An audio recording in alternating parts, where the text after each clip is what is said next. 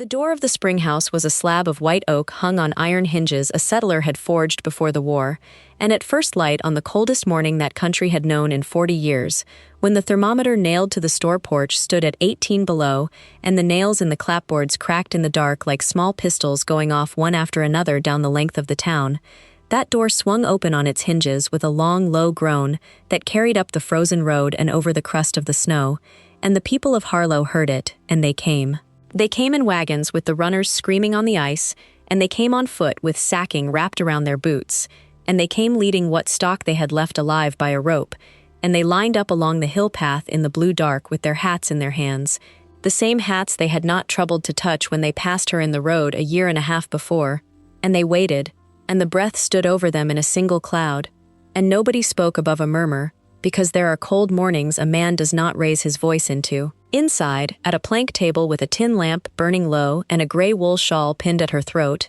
a young woman sat with a ledger open in front of her and a pencil in her fingers, and she was counting. She was always counting. She ran the pencil down a column of figures the way another woman might tell a rosary, touching each number once and moving on, and she did not look up when the first wagon reached the top of the path, and she did not hurry, because she had learned a long time before that hurry is a thing you can afford, or a thing you cannot, and she could not. She had paid $12 for 240 sick and dying rabbits. That was the whole of it, $12, laid down in silver on a sale block in the spring of a year everyone in that valley would rather have forgotten, $12 for a lot of animals that were already coughing blood into the straw, and the town had laughed at her in the street for it, laughed openly, the men from the porch and the women from the church steps, and the boys running along beside her wagon making the noise a rabbit makes when a dog has it. Remember that. Hold the $12 and the 240 in your hand and do not set them down, because you will need them again at the end, and the town will need them too, though on that morning the town did not yet know it owed her its life. She let them wait, and it was not unkindness in her, and it was not pride, it was only that the count came first, the way it had always come first, and a man watching her through the small window would have seen a young woman in a gray shawl move her lips over a column of figures, while a whole town froze at her door, and would not have understood that the moving lips were the very reason the town had a door left to freeze at. Out on the hill path, the men stood in the order they had come, and they were the same men. There was Renner from the store, who had drawn a line under her name at $11 and some cents, stamping his feet in the snow with an empty grain sack folded under his arm. There was the auctioneer Doss, older now and grayer, who had cried her the lot of dying rabbits for $12 and had not been able to look at her while he did it. There were the men who had laughed on the rail at the sale, and the women who had pitied her at the well, and the boys who had run along beside her wagon making the sound a rabbit makes in a dog's mouth, grown now into thin, cold men, with thin, cold children of their own, waiting behind them in the wagons, and every one of them had climbed the same hill, past the same green pasture buried now under 5 feet of snow, to the same oak door, and every one of them held his hat in his 2 hands. Below them, the town lay under the cold in a silence you could hear, no smoke worth the name from the chimneys, no beast lowing in any lot, the creek locked to its stones. And above them, muffled and steady under the frozen ground, if a man had knelt and put his ear to the snow, he might have caught it, the one sound in all that valley that had not stopped, the sound of water moving through stone. Remember the water. It runs all the way to the end of this. What none of them understood, standing there in the 18 below dark with their own milk frozen in the crock and their own potatoes ruined in the ground and their own cattle stiff in the lots, was that under the hill they were climbing, there was a room of stone, cold and dry and older than any of their names, spring-fed and steady, that the killing frost could not touch and had never once touched, and that the room had been down there in the dark the whole time, all through the mockery and the pity and the long labor, waiting to be found, and that the thing which found it was not a plow, and not a well-digger, and not a man with a dream, but the rabbits, patient in the ground, digging season after season the way a rabbit digs, without hurry and without a plan, toward the cold. She had not known it was there, not at first, not for a long time. The oldest woman in Harlow had not known, and the surveyor had not known, and the man whose grandfather built it had died not knowing, and the only creatures in that whole valley that ever went looking for it were the animals nobody wanted, going down into the dark after the one thing the world had made them for, which was to dig. To understand how a room of stone came to hold a town alive through the worst winter in 40 years, and how a widow of 22 came to stand at the door of it with a ledger and a lamp, you have to go back to the spring the laughter started, and further back than that, to a thing that was built and buried and forgotten long before she was born. Long before there was a town called Harlow, before the store and the church and the mill, when the country was still all standing timber, and the first families were cutting their farms out of it 1 acre at a time, a man named Coble built a spring house into the shoulder of the limestone hill above the creek. And he built it right, because in that country, a man's spring house was his icebox and his cellar, and his life through the summer, and Coble was a mason who had come from a stone country and knew what stone would do. He dug back into the hillside where a cold spring came out of the rock, and he laid up walls of dressed limestone 2 feet thick, and he set a stone trough along the floor so the spring ran through it and out again, and over it all he turned a low barrel vault of stone that would carry the weight of the whole hill and never sag, and he hung a door of oak on iron hinges, and inside that room, summer or winter, the water came up out of the ground at the one steady temperature it had always come up, cold enough to keep milk sweet for a week, and meat firm for a fortnight, and never once, not in the hardest January, cold enough to freeze, because water moving up out of the deep ground carries the warmth of the deep ground with it, and the deep ground does not know that it is winter. Coble kept his family through 40 summers on that spring. Then Coble died, and his sons went west,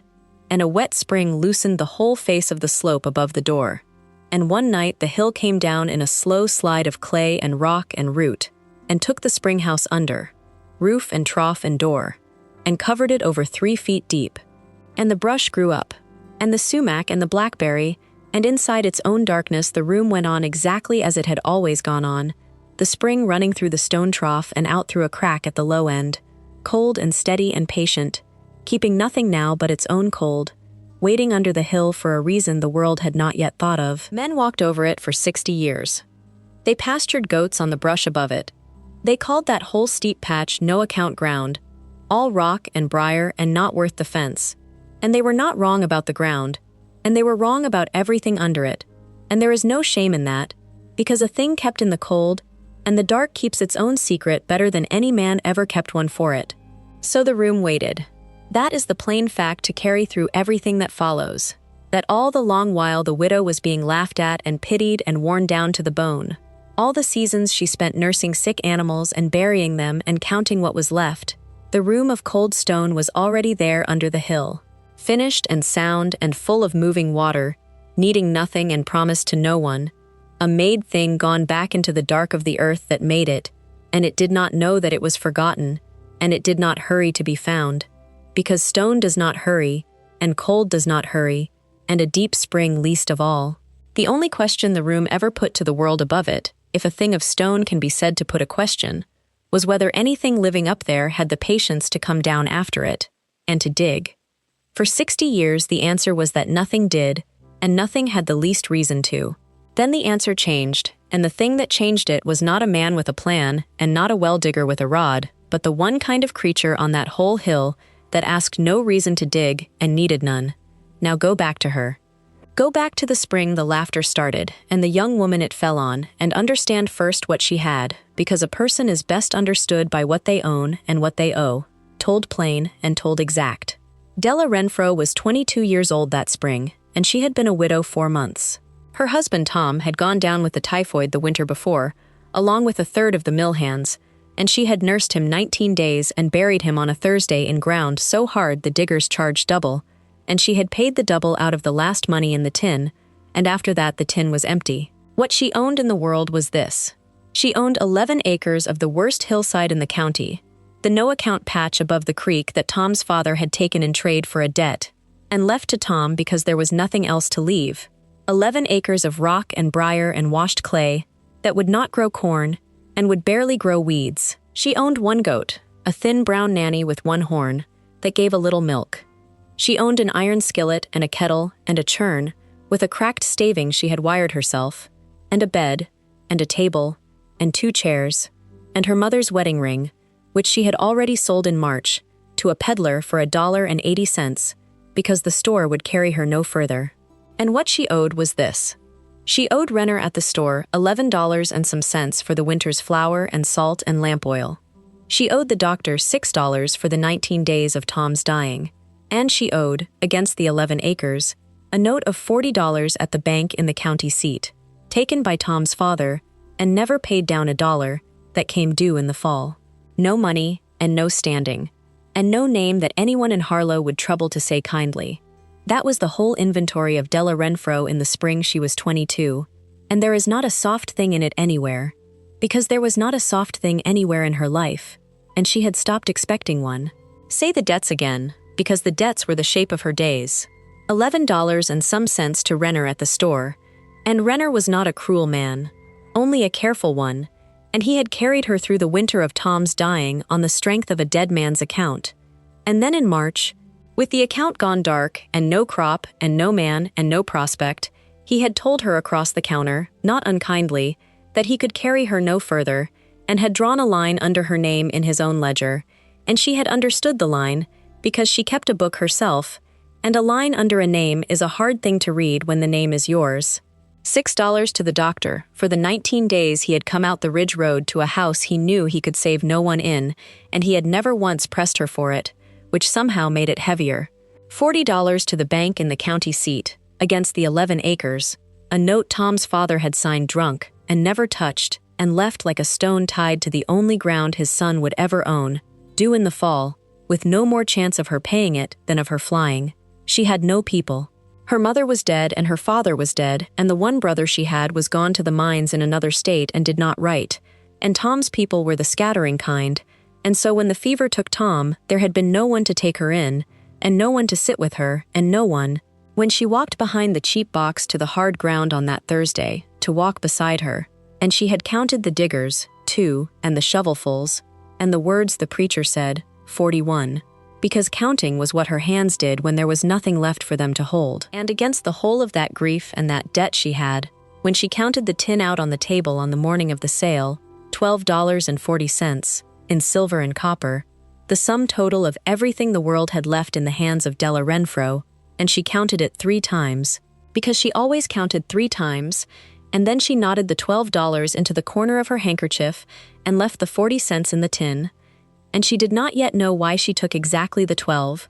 only that a person who counts learns to trust the count even before the reason for it comes clear. The town had already decided about her, the way a town decides, quietly and completely and without ever putting it to a vote,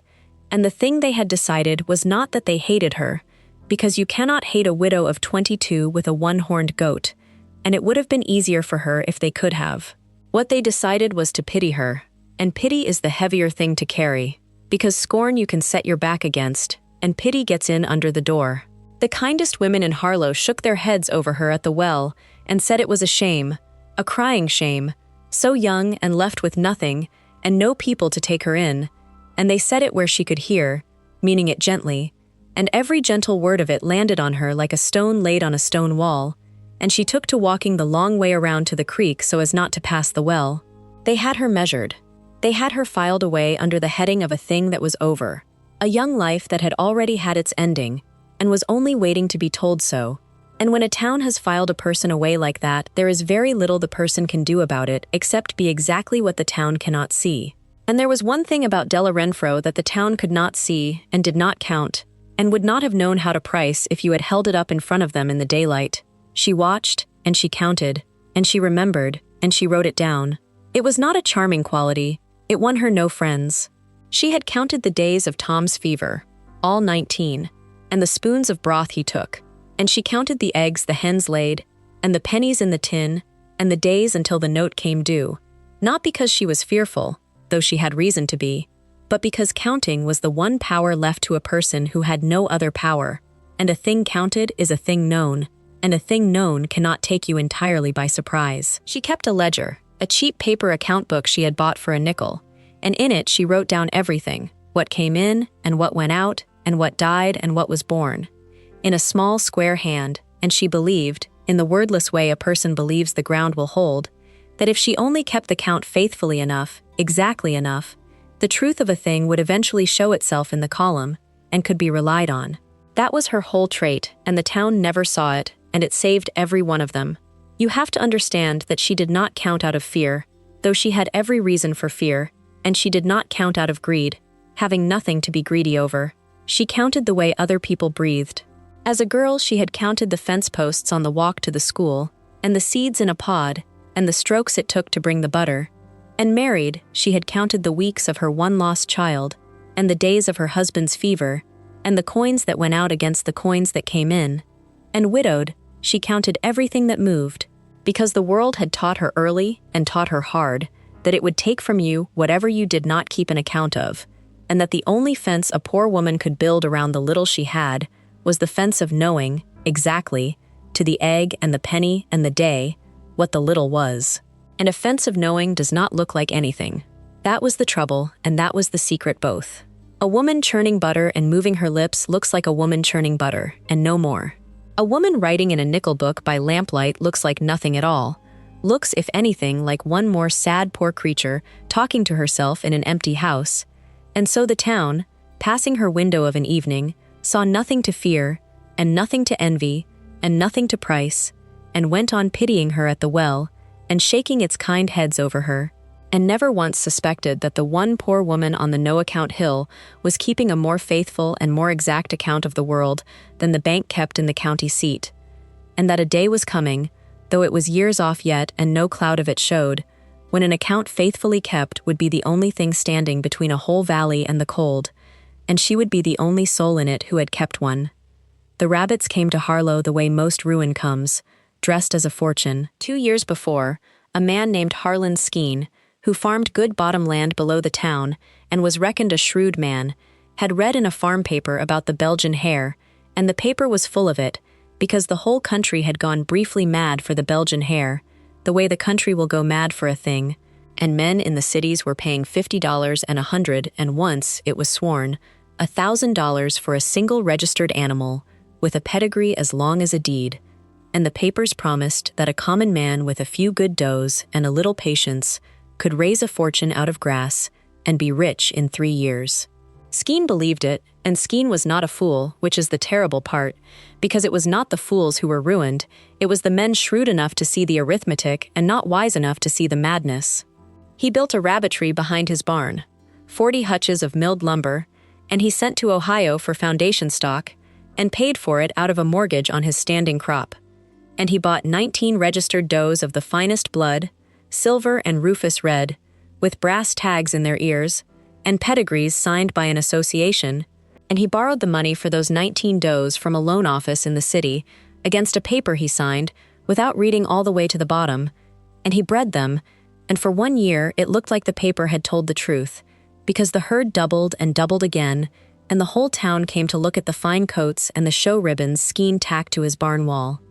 Then the madness passed, the way a fever passes, all at once and everywhere. The cities stopped buying. The price of a Belgian hare fell from $100 to $1 to nothing at all in the space of a single winter, and the men who had counted on selling breeding stock found there was no one on the earth who wanted to buy a rabbit, and the hutches filled up past their holding, and where rabbits are crowded and cold and badly fed the snuffles comes, which is a sickness of the nose and the lungs that spreads down a row of hutches like fire down a fuse and cannot be cured, and can only be outrun, and it went through Skeen's 40 hutches and took them by the dozen, and the fine registered does with the brass tags died the same as the common ones, quicker if anything, because the finest blood is the most delicate and the least able to bear a hard thing. By the spring Della was 22, Skeen was broke, his crop mortgaged and gone, his fine stock dying and worthless, the loan office in the city writing him letters, and every conventional man who looked at that failed rabbitry saw the same thing,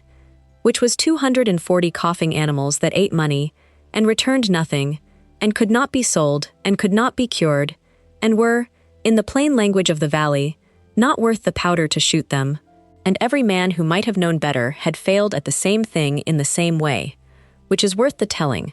because a worthless thing earns its worthlessness, and this one had earned it honestly. The county's one veterinarian, a horse doctor really, had come out to Skeen's in the last month and looked at the coughing rows and shaken his head and said there was nothing to be done for the snuffles but to shoot the sick and pray over the well, and had charged $2 for the saying of it. The farm papers that had preached the fortune printed no cure, because there was none, and quietly stopped printing about hares at all, the way a paper goes silent about a thing it is ashamed to have sold. The men who had bought breeding stock from Skeen in the good year came back now not to buy but to return, wanting their money, and there was no money, and they went away swearing. Skeen himself, who was not lazy and not stupid, had tried everything a desperate man tries, had dosed the water and changed the feed, and built more hutches to uncrowd the sick and burned sulfur in the shed till his own eyes ran, and the sickness had walked down his 40 hutches all the same, patient as a creditor, taking the finest first. And by the end he was not fighting for a fortune anymore, but only trying to stop the bleeding of his own ruin, and he could not stop it, and no one could have, because the thing had a lineage of its own by then, born of the madness and the crowding and the cold,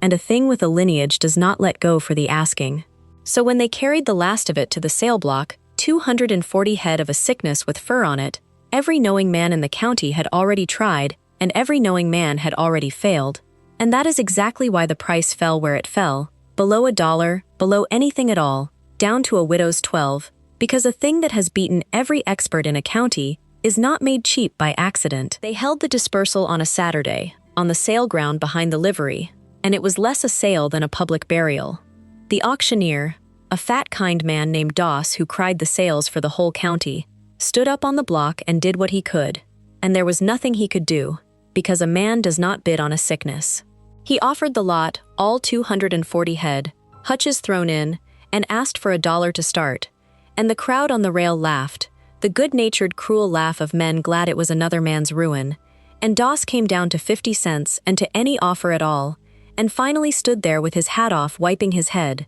because it is a hard thing even for a sale crier to stand in front of a whole town and find that a thing has become worth less than nothing. And Della Renfro, who had come to the sale to buy nothing, who had come because everyone came to a sale, stepped up out of the crowd to the block with the last money she had in the world knotted in the corner of a handkerchief, and she said, in a plain, steady voice, that carried further than she meant it to, because the whole ground had gone quiet to watch the joke,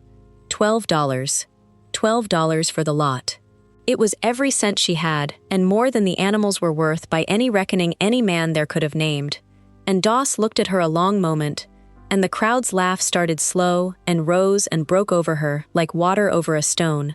The men doubled on the rail, and the boys shrieking, and the women turning their faces with that particular pity that is only cruelty in a bonnet. And through the whole of it she stood on the sale ground with the handkerchief in her hand, and her chin held level, and said not one word more, and paid her $12 in silver to the clerk, and signed the book, and folded the receipt in half and in half again, the way a person folds a thing they mean to keep, and put it in her bosom, and turned to go. And it was there, at the edge of the sale ground, by the water trough, that the old man spoke to her. His name was Emmerich Sable, and the town called him Old Sable when it called him anything, and mostly it did not. He had come from a hungry country across the water 40 years before, and had never lost the shape the old tongue put in his mouth, and he lived alone at the far end of the creek, in a house he had built himself against the hill, and he kept a few rabbits, common gray ones, in a pen dug into the bank, and ate them, and the town thought him strange for it,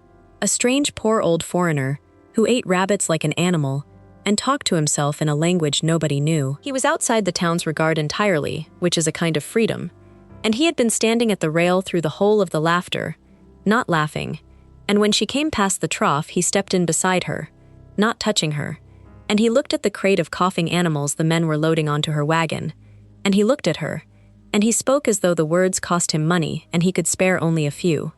He said the fine ones would die. He said she knew that, and then he told her that in the country he came from, in a winter of siege when the fine cattle were all eaten in the first month, and the grain was gone by the second, it was the common rabbit, the ugly hardy gray one that a rich man would not look at, that had kept his whole family alive down in the cellar through the dark, breeding in the cold when nothing else would breed, and he said that the world had always been a fool about worth, always in every country he had ever seen, mistaking the price of a thing for the good of it, and then he crouched down, an old man with bad knees, and he laid his open hand flat on the cold ground beside the trough, palm down, pressing it into the earth, and he said the thing she would carry the rest of her life and say again herself at the end of it, when she was the old one, and it was another young life standing there with nothing. He said, "The cold ground keeps what the world throws away, and it keeps it for the one who waits." Then he stood up, and his knees cracked, and he went home, and she drove her wagon of dying rabbits up the no-account hill. Now understand what she actually did, because this is the part the town could never have done and never even thought to try, and a man who knows animals will tell you it was sound. She did not try to save all 240, because that could not be done, and she did not waste her strength grieving the ones that were past saving. She counted them. The first thing she did, before she fed them, before she watered them, was to go down the crates one by one in the lamplight of the shed and count every animal and look at every animal and mark in her nickel ledger what she found. And where an animal had a brass tag, she wrote the number of the tag, and where it had a notch or a color, she wrote that. And she gave each of the untagged common ones a small clean notch of her own in the left ear, with a sharp knife dipped in tar, a notch she could read, and she wrote every notch in the book with the date beside it, the whole first night, 240 lines in a small square hand. And when she was done, she knew, as no one else on earth knew, exactly what she owned. Then she separated the sick from the sicker. The ones bleeding from the nose she moved to the far end of the shed away from the rest, not to save them, which was hopeless, but to keep the sickness from crossing to the ones that still had a chance. And she cleaned, endlessly. She scrubbed the hutches with lye and scalding water, and burned the fouled straw, because the snuffles travels on filth and cold and crowding. And she took away the filth and the crowding and gave what warmth she could. And she fed them the coarse, hearty feed of a poor woman, grass and clover and garden waste and the outer leaves of things, not the rich pellets a fancier used, because the common gut does best on common food. And she let the strong ones breed. That was the whole method, and it was the oldest method there is. She let the sickness cull the weak and the fine and the delicate, which it did, and it took them by the score all that first spring, the silver ones and the rufous ones and the pedigreed ones dying first, as old Cybele had said they would. And she wrote down each death, the tag number and the notch and the date, and carried the bodies out and buried them deep in a pit at the top of the patch, so the sickness died with them, and she kept the survivors, the plain gray common animals that coughed and lived, that had come up out of a hutch of death still eating, and she bred those to those, the hardy to the hardy, season on season, and let the hard winter and the hard sickness do her selecting for her, until what she had left was not a fancy rabbit at all, but something older and tougher, that the fancy had been bred up out of, an animal that could live cold and breed cold, and turn briar and grass into meat, and never ask for a thing. And they multiplied. That is what the animal is for, in the end. Given only that they be let alone and kept clean and fed the roughest food, given only patience, they breed and breed and breed. The survivors of the survivors, quiet and endless and sure. And by the second autumn she counted better than 300 head of hardy stock on 11 acres of ground that would not grow corn, and the ground had begun, without anyone telling it to change. The grind of it was measured in the small things that do not make a story and make a life. Through that first summer she cut grass with a sickle till her hands bled and healed and hardened, and hauled water up the hill in the churn on the goat cart, and lost a whole hutch of young to a weasel one August night, and set traps and caught the weasel, and wrote the loss in the book, 11 kits, and did not weep where it could be counted against her. Through the first winter she kept them in the old stone-founded pen at the top of the patch, an old failed foundation of a cabin that had never been finished, and she banked it with straw and manure against the cold, and lost fewer than she feared, and in the spring they came out and dug. That was the thing she had not planned on, and could not have planned on. Rabbits dig. It is not a thing you teach them, and not a thing you can stop. And where you keep a great many rabbits on a hillside, they will honeycomb that hillside with their burrows, down and along and down again, following the loose ground and the warm ground and, in the deep of it, following the cool wet breath of the earth that comes up out of a spring. Because an animal that lives in the ground knows the ground the way we will never know it, knows where it is soft and where the water runs and where, in the killing heat of August, it is cool, and hers dug where the digging was good, into the loose old clay of the slope above the creek, the same slope, though she did not know it, the same slope that had come down 60 years before and taken Coble's spring house under. Season after season they dug, and the ground of the no-account patch, turned and manured and burrowed and rested under a growing cover of clover the rabbits themselves had seeded through their droppings, began to sweeten, and to hold water and to grow, of all things, grass, thick and green where nothing had grown before, so that men passing on the road below began to remark, half to themselves, that the widow's rock pile had gone green at the top, which was a strange thing, and put it out of their minds, because a strange thing you cannot explain is more comfortable forgotten. The first undeniable thing came in the third summer, in a drought, when the creek ran low, and the wells in the town went brackish, and the men hauled water for their stock in barrels. Della's oldest doe, a big scarred gray one she had notched with her own knife the first night and written in the book as line 1,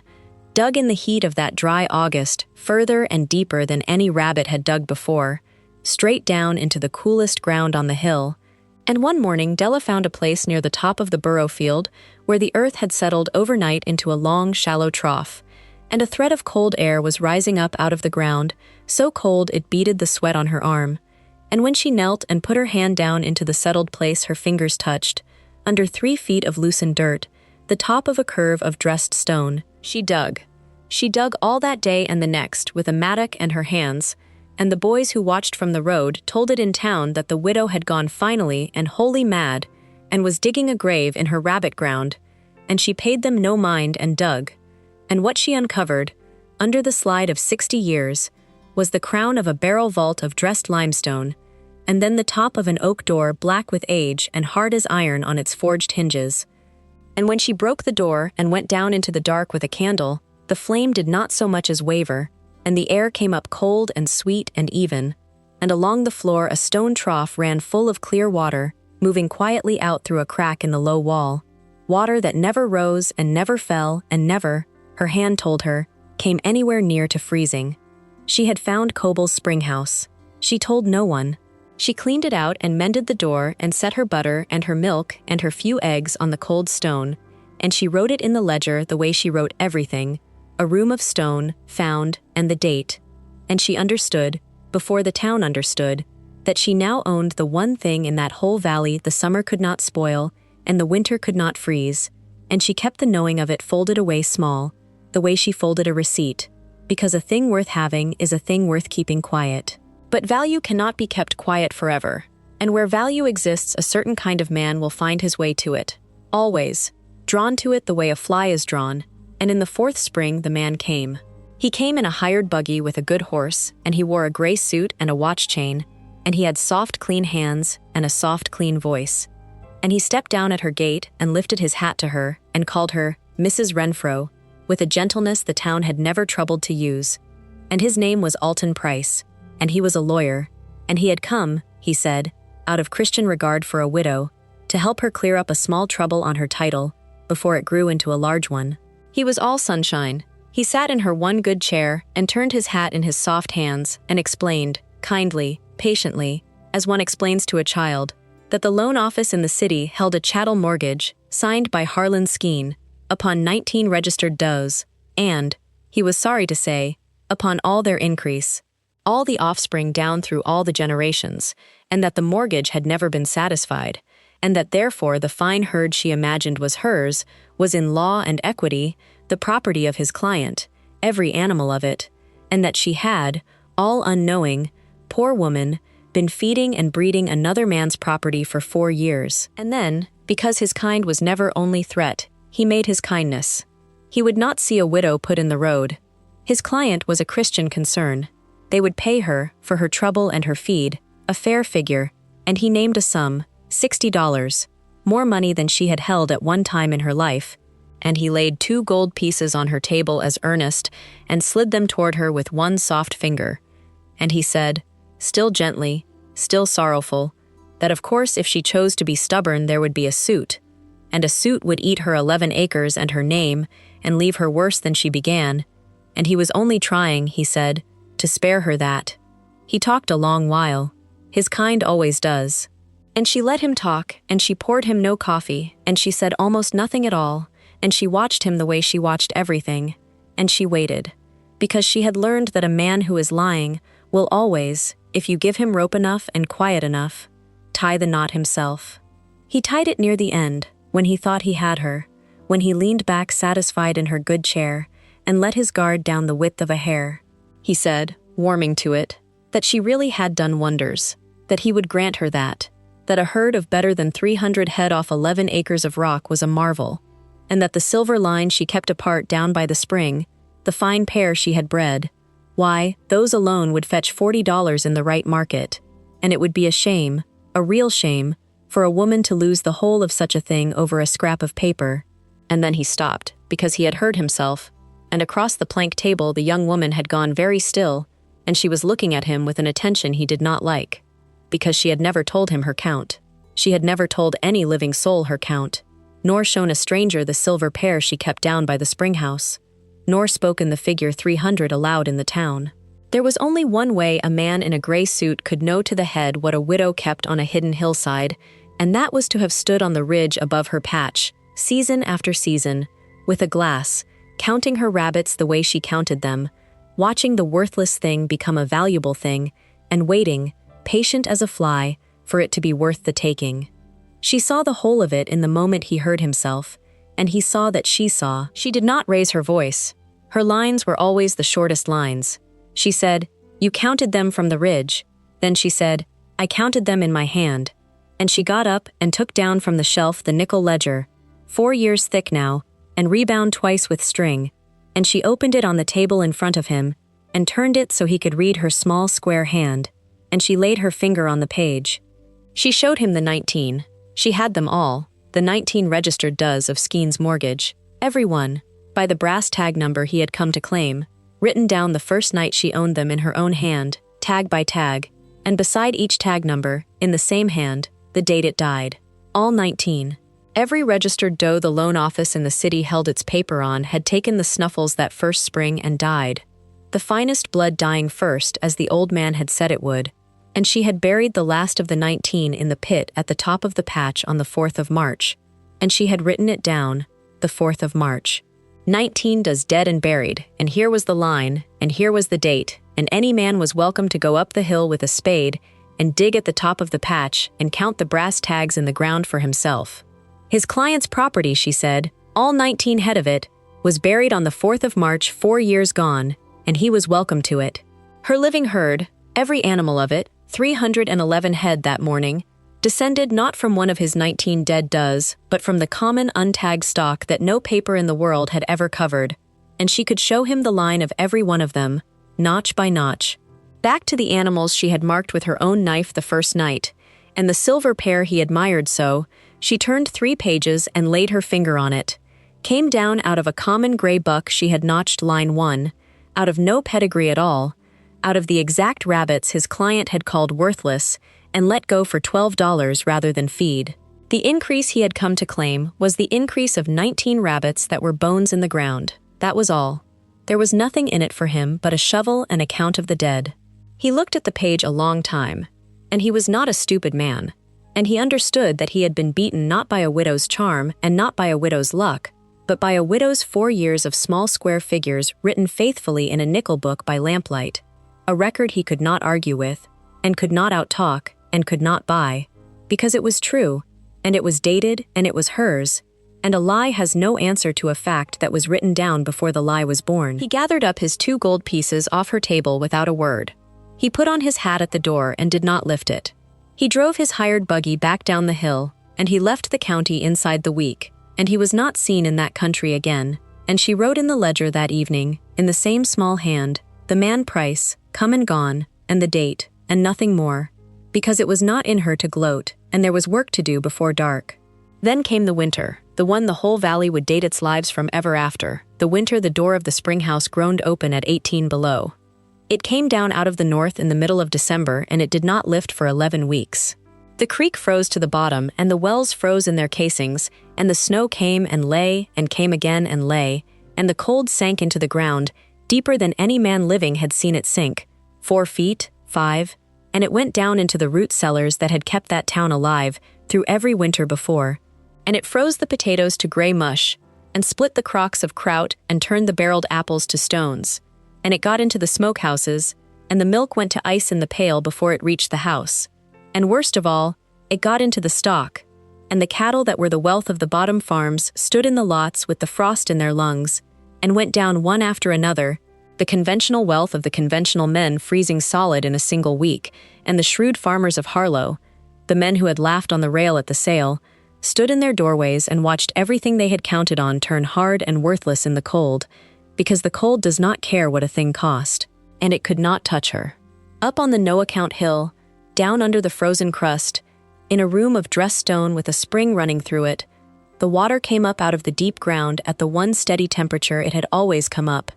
and in that cold, sweet room, the frost could not reach, Della Renfro's stores kept, her smoked meat and her put-up food and her seed for the spring, and her breeding stock, the best of her does carried down out of the wind into the stone room, kept, warm as the deep ground is warm, breeding in the dark of the worst winter in 40 years, the way old Sabelle's rabbits had bred in the cellar through the siege, and she had meat. She had rabbit meat and rabbit fat and rabbit fur when the cattle were frozen in the lots, and there was not a sound animal left standing in the whole bottom, and the town, which had pitied her and laughed at her and filed her away as a thing that was over, came at last up the hill in the 18 below dark, hats in hand, to the widow they had thrown away, because she was the only one left in the valley with anything to eat.